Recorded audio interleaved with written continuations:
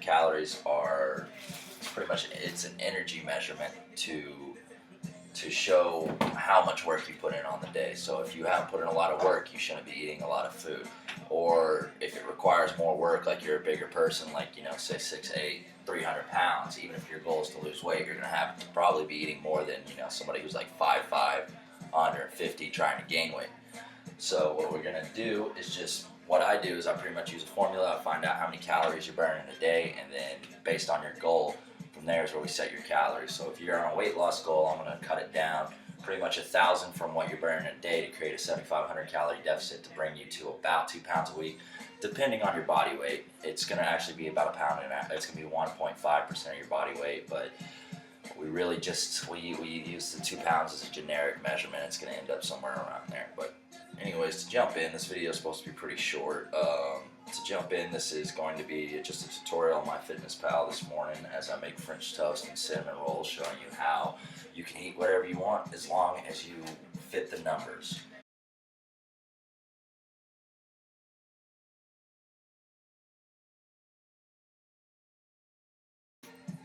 So this is the first screen. Now, to know what makes up this number, your calorie, your energy, it's made up by macros, and those are your protein, carbs, and fat. And each one of those has a different caloric number that makes up this total 2,000 that I'm aiming to eat today. So carbs are going to be 4 grams, and it's one of the most important things. Don't believe the BS everybody feeds you. Carbs are one of the most important things. You need it for everything. It's brain food. And then after that is protein, is also 4 grams per carbs. Now the reason why everybody's always so cautionary on fat is just because it has such a high calorie total. It's still completely necessary, and I make sure that you know how many you're supposed to have and how to split it up. And so from there, the first goal when getting into tracking your calories is just hitting this number. That's it. That's the only goal. Second goal is to go up and hit your macros, the ones I just previously listed. After that, it's going to be your micronutrients, like your fiber and everything. Those don't have any caloric value, but what they do have is a lot of just good health benefits, especially fiber, a lot of heart health that comes out of that, and many other benefits. So what we're going to do is start getting into the tutorial of how to track food. And it's really easy. So we're here, and so say you want to look at what you've put in today. Me, I put in nothing. So I click right here, nothing shows up. But if you look in real close, or if you're following along on your app, it has your goal down the middle. If you're on nutrients right here, it has your goal down the middle with all your macros and micros listed. And then it has how much you have left. For me, the numbers are the same because I haven't eaten yet.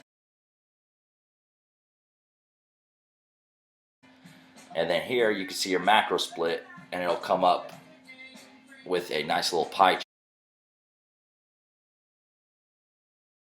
chart that's not filled in. I'll show you after I make my food.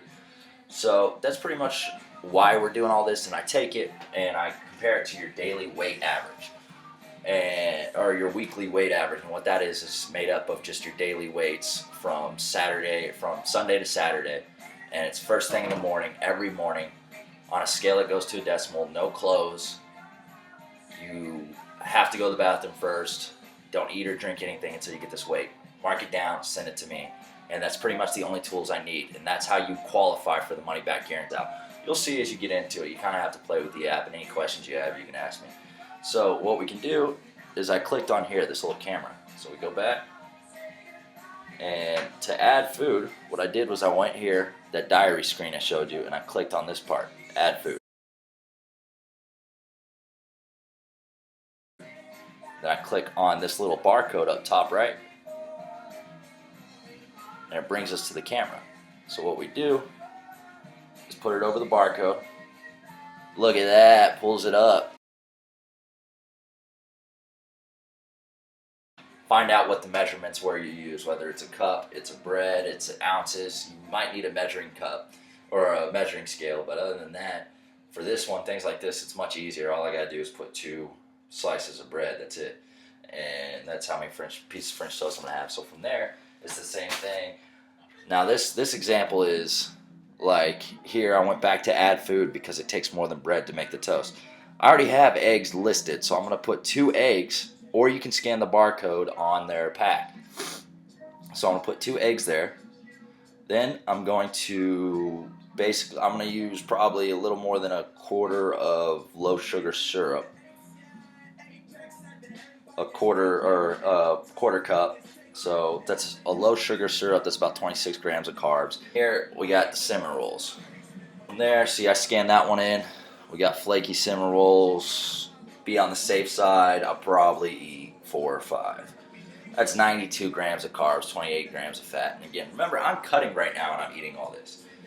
And so on the day, that will put me at 150 carbs out of 250 for me, 26 grams of protein out of 150, and 39 out of 44 for fat. So pretty much everything I'm going to eat for the rest of the day is going to be pretty low fat if I do eat this many cinnamon rolls. And that's pretty much how it works. It's a balance. You're just balancing it. You're using numbers, and there's no confusion in it. And where I come in is that when you're doing your weigh-ins, I decide pretty much from there how many calories you should have, more or less. I decide your macros, and I get your password to your MyFitnessPal, and I pretty much just change it all for you. And I'm here 24 hours a day for questions or any help that you need. And that is how you do MyFitnessPal, the tutorial and all. Any questions at all, you know the contact, hit me up.